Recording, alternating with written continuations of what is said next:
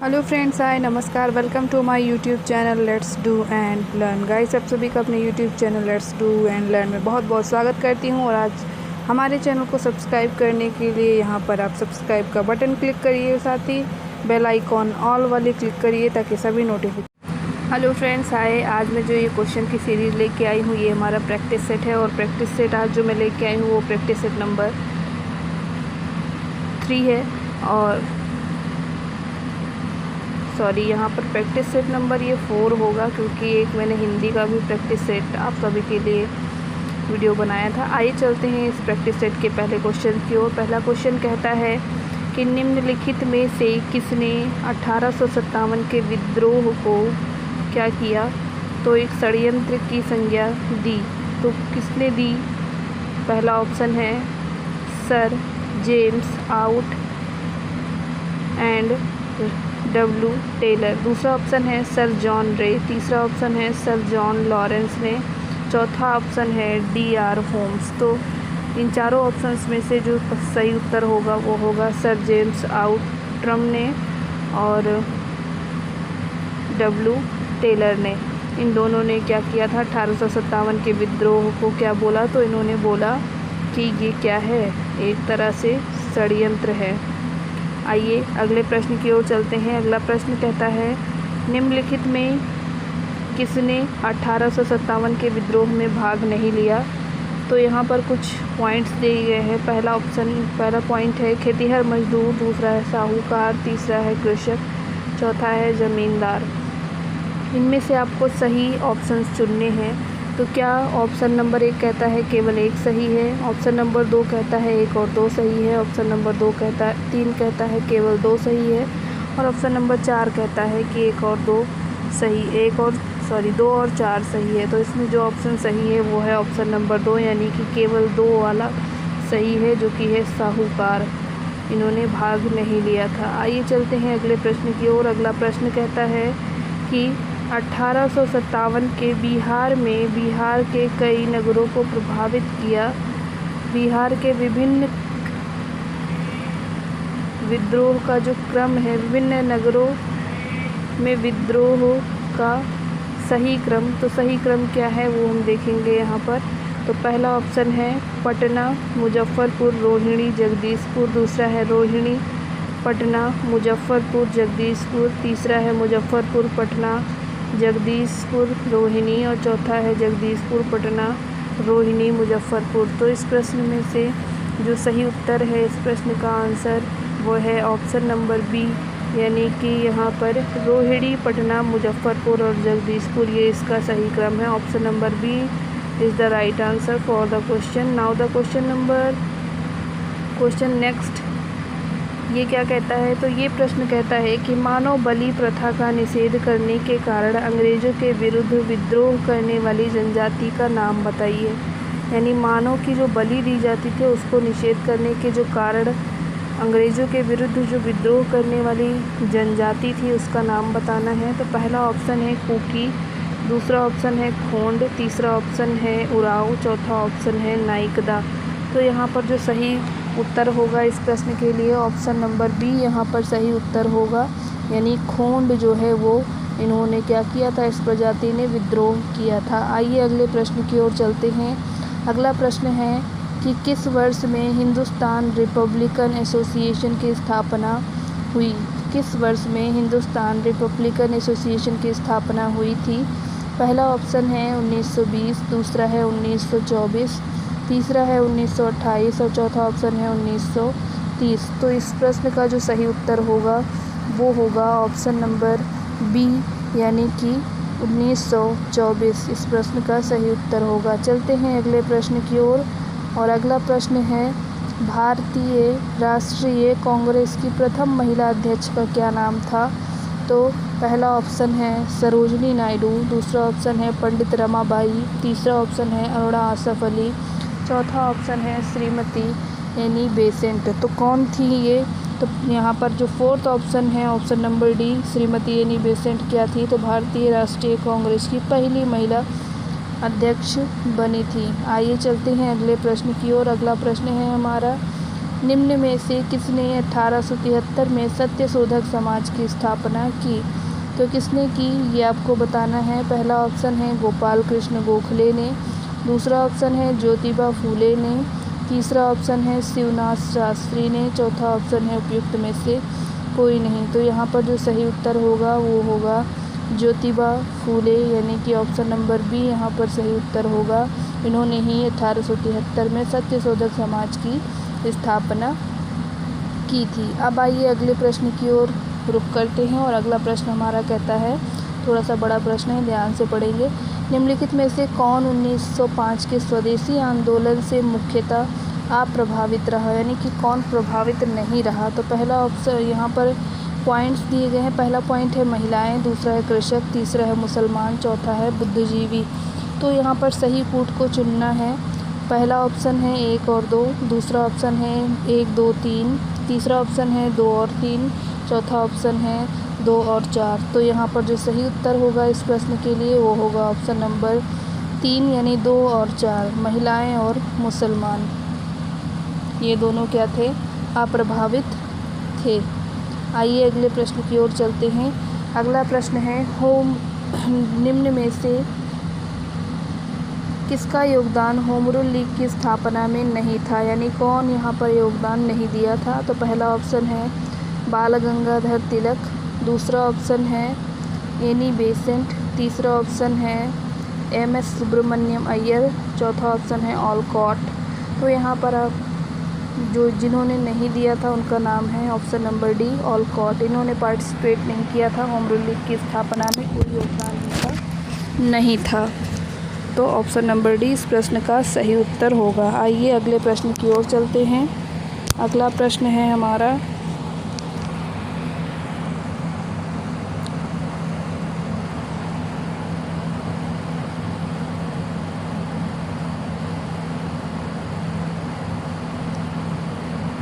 किसने खिलाफत आंदोलन को हिंदू और मुसलमानों की एकता के ऐसे अवसर के रूप में देखा जो 100 वर्षों में पुनः प्रस्तुत नहीं होगा? किसने खिलाफत आंदोलन को ऐसे मतलब इस नज़रिए से देखा कि हिंदू और मुसलमान की एकता के ऐसे अवसर के रूप में जो 100 वर्षों में क्या होगा, रिपीट नहीं होगा? तो पहले ऑप्शन पे हैं अली बंधु, दूसरा ऑप्शन कहता है अब्दुल कलाम आज़ाद, तीसरा कहता है महात्मा गांधी, चौथा है अब्दुल गफ्फार खां। तो यहाँ पर इस प्रश्न का जो सही उत्तर होगा ऑप्शन नंबर सी यहाँ पर सही होगा, महात्मा गांधी ने। आइए अगले प्रश्न की ओर चलते हैं। अगला प्रश्न है, किस शासक वंश ने मंदिरों एवं ब्राह्मणों को सबसे अधिक ग्राम अनुदान प्रदान किया? तो सबसे अधिक ब्राह्मणों को किसने दिया अनुदान, यानी कि सबसे ज़्यादा गांव किसको मिला? तो ये बताना है आपको। तो इस प्रश्न के लिए ऑप्शन की ओर चलते हैं। पहला ऑप्शन है हमारा गुप्त वंश, दूसरा है पाल वंश, तीसरा है राष्ट्रकूट, चौथा है प्रतिहार। तो यहाँ पर जो सही उत्तर होगा वो होगा ऑप्शन नंबर 1, यानी गुप्त वंश। आइए चलते हैं अगले प्रश्न की ओर। अगला प्रश्न है हमारा, किस काल में छुआछूत की अवधारणा स्पष्ट रूप से अद्यत हुई? पहला है ऋग वैदिक काल में, दूसरा है उत्तर वैदिक काल में, तीसरा है उत्तर गुप्त काल में, चौथा है धर्मशास्त्र के समय।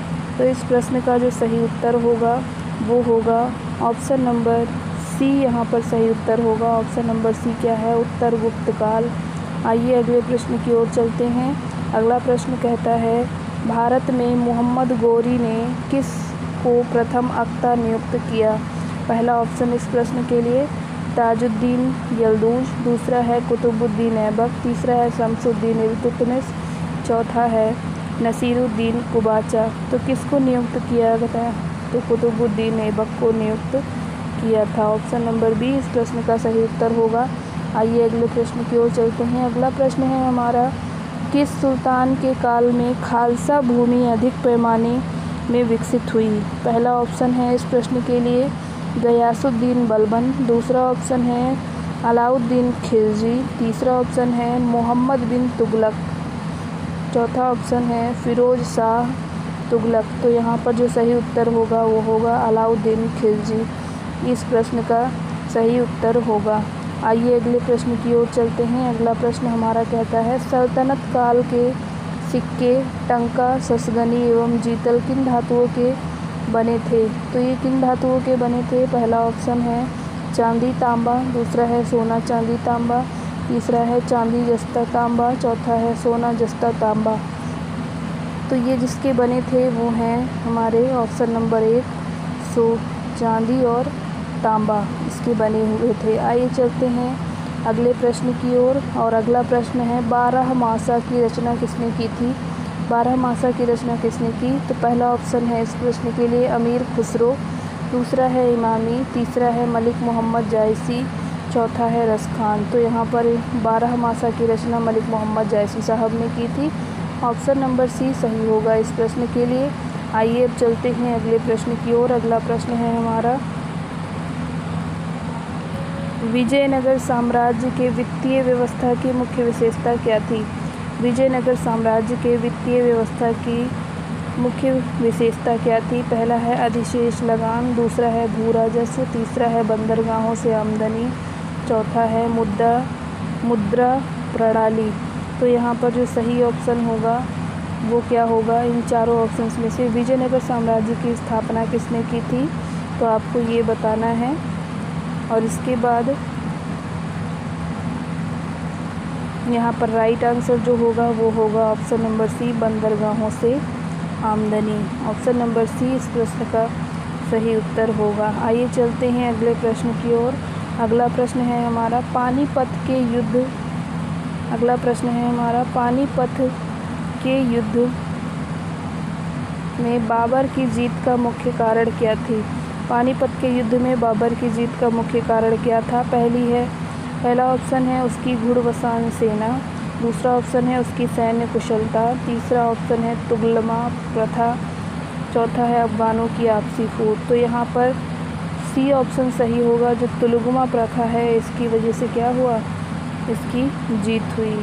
आइए अगले प्रश्न की ओर चलते हैं। अगला प्रश्न है हमारा, जब्ती प्रणाली किसकी उपज थी? जब्ती प्रणाली किसकी उपज थी? पहला ऑप्शन है गयासुद्दीन तुगलक, दूसरा ऑप्शन है सिकंदर लोदी, तीसरा ऑप्शन है शेर शाह सूरी, चौथा ऑप्शन है अकबर।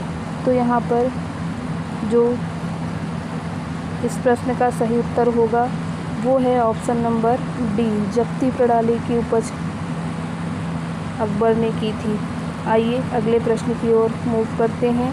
अगला प्रश्न है हमारा, ये कहता है जवाबित का संबंध किससे था? जवाबित का संबंध किससे था? पहला ऑप्शन है राज्य के कानून से, दूसरा है मनसब प्रणाली को नियंत्रण करने वाले कानून से, तीसरा है टकसाल से संबंधित कानून, चौथा है कृषि से संबंधित कर। तो ये किससे संबंधित थे? तो ये राज्य कानून से संबंधित थे। जवाबित का संबंध राज्य के कानून से था। आइए अगले प्रश्न की ओर चलते हैं। ईरान के साथ और मुग़ल शासक के बीच झगड़े की जड़ क्या थी? तो क्यों हुआ था ये? पहला है काबुल, दूसरा है कांधार, तीसरा है कुंदुज, चौथा है गजनी। तो इसमें जो सही उत्तर होगा वो होगा कंधार। तो कंधार इनके दोनों के बीच के लड़ाई के जड़ थी। आइए अगले प्रश्न की ओर चलते हैं। अगला प्रश्न कहता है, 2 अस्पा सिंह अस्पा प्रथा किसने शुरू की थी? पहला ऑप्शन है अकबर ने, दूसरा है जहांगीर ने, तीसरा है शाहजहां ने, चौथा है औरंगजेब ने। तो ये प्रथा जहांगीर ने शुरू की थी। ऑप्शन नंबर बी यहाँ पर सही उत्तर होगा इस प्रश्न के लिए। आइए चलते हैं अगले प्रश्न की ओर। अगला प्रश्न है हमारा, सरजमी किससे संबंधित है? पहला ऑप्शन मराठा भू राजस्व से, तालुकेदारी से दूसरा ऑप्शन कहता है, तीसरा कहता है कुतुबशाही प्रशासन से, चौथा ऑप्शन कहता है कि इनमें से कोई नहीं। तो यहाँ पर जो पूछ रहा है क्वेश्चन वो क्या है कि सरंजामी किससे संबंधित है? तो इस प्रश्न के लिए जो सही उत्तर होगा वो होगा ऑप्शन नंबर 1 यानी कि मराठा भू राजस्व से संबंधित है। ऑप्शन नंबर 1 इस प्रश्न का सही उत्तर होगा। चलते हैं अगले प्रश्न की ओर। अगला प्रश्न है हमारा, भारत 1612 में अंग्रेज़ों ने अपनी पहली फैक्ट्री कहाँ स्थापित की? भारत में। तो 1612 में अंग्रेज़ ने अपनी पहली फैक्ट्री कहाँ डाली? पहला ऑप्शन है गोवा, दूसरा है हुबली, तीसरा है अमरकोट, चौथा है सूरत। तो इस प्रश्न का जो सही उत्तर होगा तो वो होगा हमारा ऑप्शन नंबर डी, सूरत में। ऑप्शन नंबर डी इस प्रश्न का सही उत्तर है। आइए अगले प्रश्न की ओर चलते हैं। अगला प्रश्न है हमारा, ये कहता है कि महाराष्ट्र में रामोसी कृतक जत्था किसने स्थापित किया? तो पहला है न्यायमूर्ति रानडे, दूसरा ऑप्शन है गोपाल कृष्ण गोखले, तीसरा है वासुदेव बलवंत फड़के, चौथा है ज्योतिबा फूले। तो ये किसने किया था? तो ये Vasudev Balwant Phadke, option number C यहाँ पर सही उत्तर होगा इस प्रश्न के लिए। आइए अगले प्रश्न की ओर चलते हैं और अगला प्रश्न हमारा कहता है कि भारत में आर्थिक विकास अवरुद्ध रहा मुख्यतः, तो इसका कारण क्या रहा? पहला है अकुशल कृषि व्यवस्था के कारण, दूसरा है अनियमित औद्योगिकरण के कारण, तीसरा है पाश्चात्य सामाजिक अभिवृत्ति के कारण, चौथा है उपयुक्त सभी। तो यहाँ पर इस प्रश्न का जो सही उत्तर होगा वो होगा ऑप्शन नंबर डी, उपयुक्त सभी। यहाँ पर सभी राइट आंसर्स हैं। आइए अगले प्रश्न की ओर चलते हैं और अगला प्रश्न हमारा कहता है कि योजना आयोग का स्वरूप क्या था? योजना आयोग का स्वरूप क्या था? पहला ऑप्शन है सरकारी विभाग, दूसरा है परामर्शदात्री, तीसरा है स्वायत्त निगम, चौथा है एक मंत्रालय।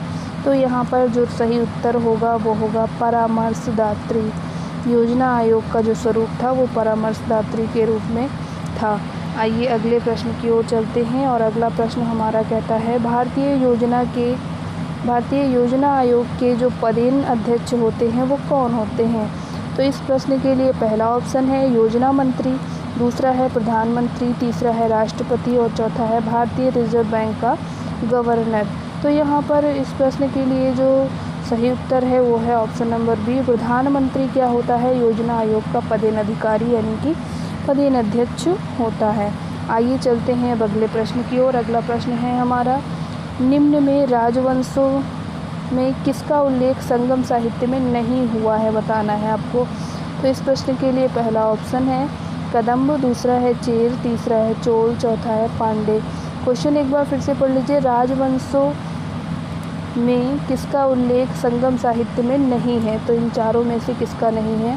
पहला ऑप्शन सही होगा कदम्ब का। First option is the right answer. आइए अगले प्रश्न की ओर चलते हैं और अगला प्रश्न हमारा है, न्यूजीलैंड में पाया जाने वाला ऐसा पक्षी जो उड़ नहीं सकता। तो न्यूजीलैंड में ऐसा पक्षी जो पाया जाता है जो उड़ नहीं सकता, पहला ऑप्शन है शुतुरमुर्ग, दूसरा है अल्बाट्रॉस, तीसरा है कीवी, चौथा है इनमें से कोई नहीं। तो कीवी वाला जो ऑप्शन होगा वो सही होगा। ये न्यूजीलैंड में पाया जाता है, वहाँ का नेशनल बर्ड है कीवी न्यूजीलैंड का। और ये क्या है? तो ये उड़ नहीं सकता है। आइए, फ्लाइटलेस बर्ड है ये। आइए अगले प्रश्न की ओर चलते हैं और अगला प्रश्न है हमारा, समुद्र नीला प्रतीत होता है क्योंकि? तो आपको बताना है कि समुद्र नीला क्यों दिखता है।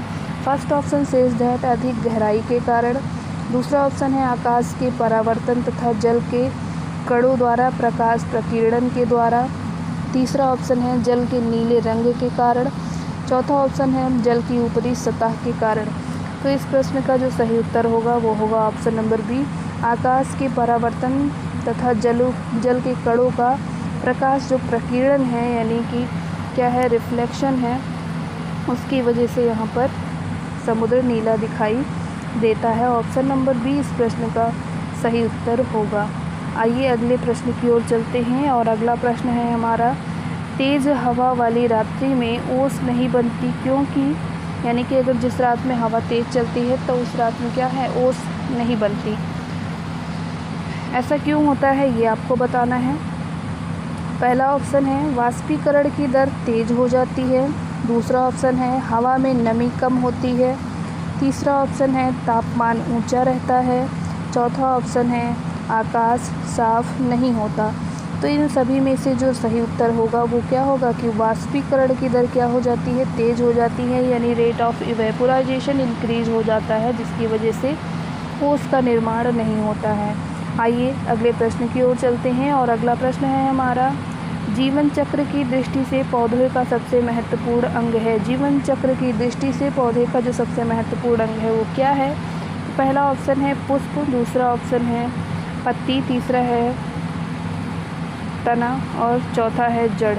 अगर हम जीवन चक्र लाइफ साइकिल की बात करते हैं तो सबसे ज़्यादा इम्पॉर्टेंट होगा पुष्प, यानी फूल जो है वो सबसे ज़्यादा इम्पॉर्टेंट पार्ट होगा पौधे का। ऑप्शन नंबर 1 राइट था। आइए चलते हैं अब अगले प्रश्न की ओर। अगला प्रश्न हमारा कहता है आर्कियोप्टेरिक्स, आपने नाम सुन रखा होगा, तो आर्कियोप्टेरिक्स क्या है बताना है। पहला ऑप्शन है जुरासिक युग का सर्व पुरातन पक्षी है, जुरासिक काल का सरीसृप है, ट्रायसिक काल का सरीसृप है या दोनों ही काल का सरीसृप है। तो आर्कियोप्टेरिक्स क्या है ये आपको बताना है। तो पहला जो ऑप्शन है वो जुरासिक युग का क्या है, सर्व पुरातन पक्षी है आर्कियोप्टेरिक्स। क्या है? तो एक प्रकार से क्या है, फॉसिल है। आइए अगले प्रश्न की ओर चलते हैं और अगला प्रश्न है हमारा एस्प्रिन है। एस्प्रिन क्या है? तो पहला ऑप्शन है प्रतिजैविक, दूसरा है जरनाशक, तीसरा है समक और चौथा है इनमें से कोई नहीं। तो यहाँ पर ऑप्शन नंबर बी सही होगा कि ये क्या है, तो जरनाशक है। एस्प्रिन क्या करता है, बुखार के लिए काम आने वाली दवा है। आइए अगले प्रश्न की ओर चलते हैं और अगला प्रश्न यहाँ पर हमारा है अपमार्जक क्या है। अपमार्जक किसे कहते हैं? तो पहला ऑप्शन आपको यहाँ पर दिया गया है साबुन को, दूसरा ऑप्शन कहा गया है औषधि को, तीसरा ऑप्शन बताया गया है उत्प्रेरक को, चौथा ऑप्शन है शोधन अभिकर्ता को। तो अपमार्जक आप किसको बोलते हैं? तो साबुन को बोलते हैं, सौंप को बोलते हैं अपमार्जक।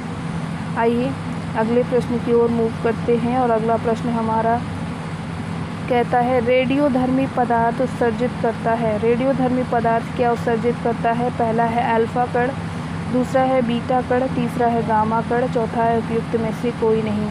तो रेडियोधर्मी जो पदार्थ है वो क्या उत्सर्जित करता है? तो ऑप्शन यहाँ पर आपने पढ़ लिए कि रेडियोधर्मी जो पदार्थ है यानी रेडियो एक्टिव जो मटेरियल है वो क्या जो है यहाँ पर बनाता है, तो ये आपको बताना है। तो फर्स्ट ऑप्शन यहाँ हमने पढ़ा अल्फा कण, दूसरा है बीटा कण, तीसरा है यहाँ पर गामा कण। तो इस प्रश्न का जो आंसर होगा वो होगा उपयुक्त में से कोई नहीं। यहाँ पर रेडियोधर्मी जो पदार्थ होते हैं वो इनमें से कोई भी रेज नहीं उत्सर्जित करते हैं। आइए अगले प्रश्न की ओर मूव करते हैं और अगला प्रश्न है हमारा डॉल्फिन वर्गीकृत किए जाते हैं। डॉल्फिन वर्गीकृत किए जाते हैं यानी डॉल्फिन को कौन से ग्रुप में रखा जाता है ये बताना है। तो पहला ऑप्शन है कि उनको मत्स्य में रखा जाता है, दूसरा ऑप्शन है उभयचर में सॉरी गाइस, तीसरा ऑप्शन है सरीसृप में, चौथा है स्तनधारियों में। तो आप सभी जानते हैं डॉल्फिन क्या है, तो स्तनधारी है, मैमल है। और डॉल्फिन की एक और बात आपको पता होगी कि सबसे बुद्धिमान जीव कौन सा है, तो वो है हमारी प्यारी डॉल्फिन। ऑप्शन नंबर डी यहाँ पर सही उत्तर होगा इस प्रश्न के लिए। आइए अगले प्रश्न की ओर चलते हैं और अगला प्रश्न है हमारा जब हम बकरी या भेड़ का मांस खाते हैं तब हम क्या कहलाएंगे, यानी अगर हम किसी चीज़ का मांस खा रहे हैं तो हम क्या कहलाएंगे। पहला ऑप्शन है प्राथमिक उपभोक्ता, दूसरा है द्वितीयक उपभोक्ता, तीसरा है तृतीयक उपभोक्ता, चौथा है इनमें से कोई नहीं। तो हम क्या कहलाएंगे, तो हम तृतीयक उपभोक्ता कहलाएंगे, क्योंकि ये जो बकरी होंगी ये क्या खाएंगी, तो ये घास को खाती हैं। तो ये क्या हो गई, ये सेकेंडरी उपभोक्ता यानी कि द्वितीयक उपभोक्ता हो जाएंगे और हम तृतीयक उपभोक्ता कहलाएंगे। आइए चलते हैं अगले प्रश्न की ओर। अगला प्रश्न है हमारा पृथ्वी को सूर्य की परिक्रमा करने में कितना समय लगता है। तो पृथ्वी को सूर्य की परिक्रमा करने में कितना समय लगता है। पहला ऑप्शन है 365 दिन, दूसरा है 365.25 दिन, थर्ड ऑप्शन 365.50 दिन और फोर्थ ऑप्शन 365.75 दिन। तो यहाँ पर बी वाला ऑप्शन 365 डेज़ और 0.25 दिन। तो ये हमारा सॉरी गाइस बी वाला ऑप्शन यहाँ पर सही उत्तर होगा। आइए अब अगले प्रश्न की ओर चलते हैं।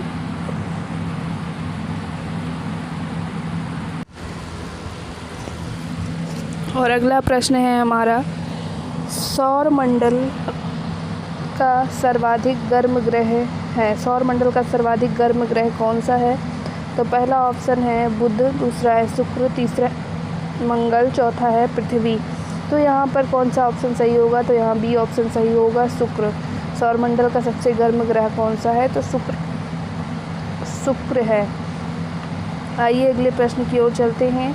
और अगला प्रश्न हमारा कहता है, विश्व की सर्वाधिक लंबी पर्वत श्रृंखला कौन सी है? पहला ऑप्शन है हिमालय, दूसरा ऑप्शन है एंडीज, तीसरा ऑप्शन है रॉकी, चौथा है आल्प्स। इस प्रश्न का जो सही उत्तर होगा वो होगा एंडीज पर्वतमाला। ऑप्शन नंबर बी यहाँ पर सही उत्तर होगा। आइए चलते हैं अगले प्रश्न की ओर। अगला प्रश्न है, विश्व का प्रथम डेल्टा निर्मित होता है। तो कौन बनाता है विश्व का प्रथम डेल्टा?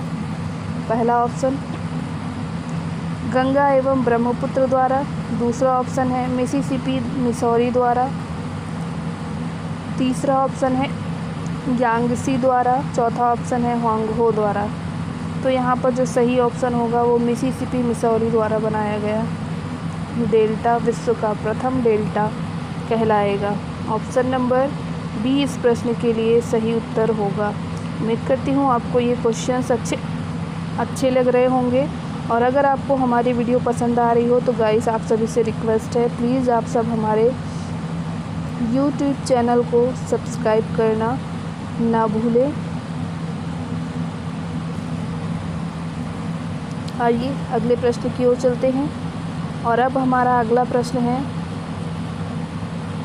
कपास उद्योग जिन कच्चे माल पर आश्रित है, कपास उद्योग जिन कच्चे माल पर आश्रित है वह क्या है? तो पहला ऑप्शन यहाँ पर होगा भार ह्रास मूलक, दूसरा है भार वृद्धि मूलक, तीसरा है भार सम मूलक, चौथा है इनमें से कोई नहीं। तो यहाँ जो सही उत्तर है वो है ऑप्शन नंबर 1 भार ह्रास मूलक। आइए अगले प्रश्न की ओर चलते हैं। और अगला प्रश्न हमारा कहलाता है, ये क्या कहता है कि भारत के अतिरिक्त प्रायद्वीपीय पर्वत निर्मित हुए हैं। भारत के अतिरिक्त प्रायद्वीपीय पर्वत हैं वो निर्मित हुए हैं। तो कहाँ से निर्मित हुए हैं? पहला ऑप्शन है इयोज़ोइक महाकल्प से, दूसरा है पैलियोज़ोइक महाकल्प से, तीसरा है मीज़ोज़ोइक महाकल्प से, चौथा है सीनोज़ोइक महाकल्प से। तो ये भारत के जो अतिरिक्त प्रायद्वीप हैं वो कहाँ से निर्मित हुए हैं? तो ऑप्शन नंबर बी पैलियोज़ोइक जो महाकल्प है, यानी पैलियोज़ोइक जो इरा है, पीरियड है, वहाँ से ये निर्मित हुए हैं। आइए अगले प्रश्न की ओर चलते हैं। और अगला प्रश्न है हमारा कि गंगा के यहाँ पर दो बार गंगा हो गया है। गंगा के मैदान की पुरानी कछारी मिट्टी, यहाँ पर क्या होगा? कछारी मिट्टी कहलाती है। तो गंगा के मैदान की पुरानी कछारी मिट्टी क्या कहलाती है? तो इस प्रश्न के लिए पहला ऑप्शन है यहाँ पर भाबर, दूसरा ऑप्शन है बांगर, तीसरा ऑप्शन है खादर, चौथा ऑप्शन है यहाँ पर खोंडोलाइट। तो यहाँ पर जो प्रश्न का सही उत्तर है वो है ऑप्शन नंबर बी यहाँ पर सही होगा, जो कि है हमारा बांगर। बांगर यहाँ पर सही उत्तर होगा। कछारी मिट्टी का जो मैदान है वो कहलाएगा बांगर। आइए चलते हैं अगले प्रश्न की ओर। अगला प्रश्न है हमारा, भारत की 8वीं पंचवर्षीय योजना की अवधि है। भारत की 8वीं पंचवर्षीय योजना की जो अवधि है वो क्या है? पहला ऑप्शन है 1990 से 95, दूसरा है 91 से 96, तीसरा है 1992 से 97 और चौथा ऑप्शन कहता है इनमें से कोई नहीं। तो यहाँ पर इस प्रश्न का जो सही उत्तर होगा वो होगा 92 से 97, यानी 1992 से 97 तक की जो 8वीं पंचवर्षीय योजना है कहलाती है। ऑप्शन नंबर सी सही है इस प्रश्न के लिए। आइए चलते हैं अगले प्रश्न की ओर। अगला प्रश्न है हमारा, ये कहता है कि भद्रावती इस्पात केंद्र स्थित है। भद्रावती इस्पात केंद्र स्थित है, तो कहाँ पर स्थित है ये बताना है। पहला ऑप्शन कहता है भद्रावती नदी पर, दूसरा कहता है भद्रा नदी पर, तीसरा है तुंग नदी पर और चौथा है तुंगभद्रा नदी पर। तो यहाँ पर जो सही उत्तर होगा वो होगा तुंगभद्रा नदी पर भद्रावती इस्पात केंद्र स्थित है। आइए अगले प्रश्न की ओर चलते हैं। अगला प्रश्न है हमारा, ये कहता है कि कोशिका में 80% से अधिक पाया जाने वाला पदार्थ है। कोशिका में 80% से अधिक पाया जाने वाला जो पदार्थ है वो क्या है? तो पहला है प्रोटीन, दूसरा है चर्बी, तीसरा है जल, चौथा है खनिज। तो कौन सा पदार्थ है? तो ऑप्शन नंबर डी है। सबसे ज़्यादा क्या पाया जाता है? तो यहाँ पर खनिज पाया जाता है। ऑप्शन नंबर डी इस प्रश्न का सही उत्तर होगा। आइए चलते हैं अगले प्रश्न की ओर। और अगला प्रश्न है हमारा,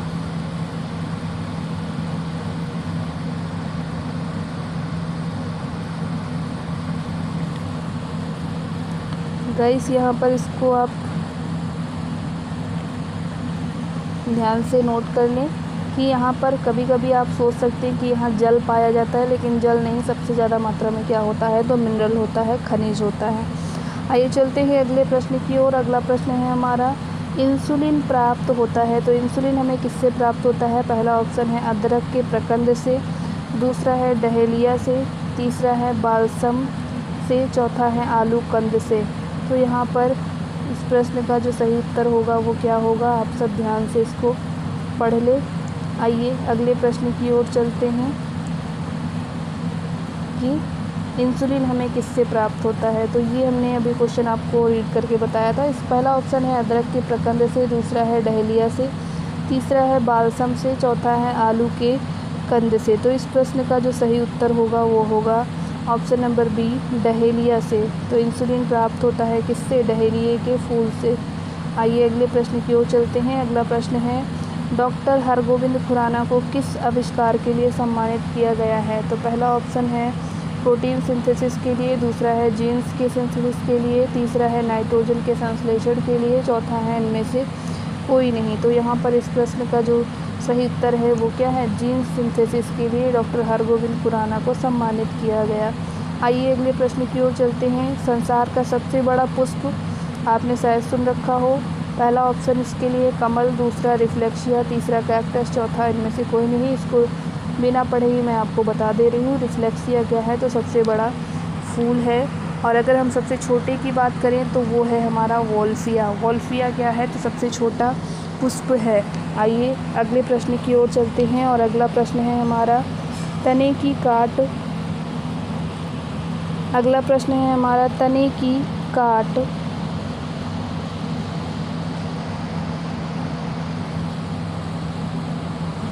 आमतौर से किस प्रबंधन के लिए प्रयोग किया जाता है? तने की काट का प्रयोग आमतौर से किसके प्रबंधन के लिए किया जाता है? पहला है केला, दूसरा है गन्ना, तीसरा है आम, चौथा है कपास।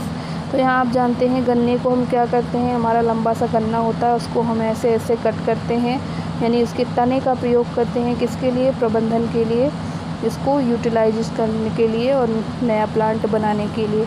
ऑप्शन नंबर बी सही था। आइए अगले प्रश्न की ओर चलते हैं। अगला प्रश्न है, मटर पौधा है। तो मटर कैसा पौधा है? पहला है साग, दूसरा है पुष्प, तीसरा है झाड़ी, चौथा इनमें से कोई नहीं। तो मटर क्या है? साग है। ऑप्शन नंबर 1 सही है। आइए अगले प्रश्न की ओर चलते हैं जो कि आज की सीरीज़ का अंतिम प्रश्न है। तो अंतिम प्रश्न कहता है कि विकास का मुख्य कारण है। तो विकास का मुख्य कारण क्या है? पहला है उत्परिवर्तन, दूसरा है अर्जित लक्षण, तीसरा है लैंगिक जनन, चौथा है प्राकृतिक चयन। तो आप सभी जानते हैं कि प्राकृतिक चयन क्या है, नेचुरल सिलेक्शन क्या है, विकास का प्रमुख कारण है। आपको ये प्रैक्टिस सेट कैसा लगा कमेंट बॉक्स में कमेंट करके ज़रूर बताइएगा। ऐसे ही प्रैक्टिस सेट के लिए आप हमारे साथ बने रहिए। हमारे यूट्यूब चैनल को सब्सक्राइब करना ना भूलिए। Thank you for watching. Have a nice day. नमस्कार। जय हिंद।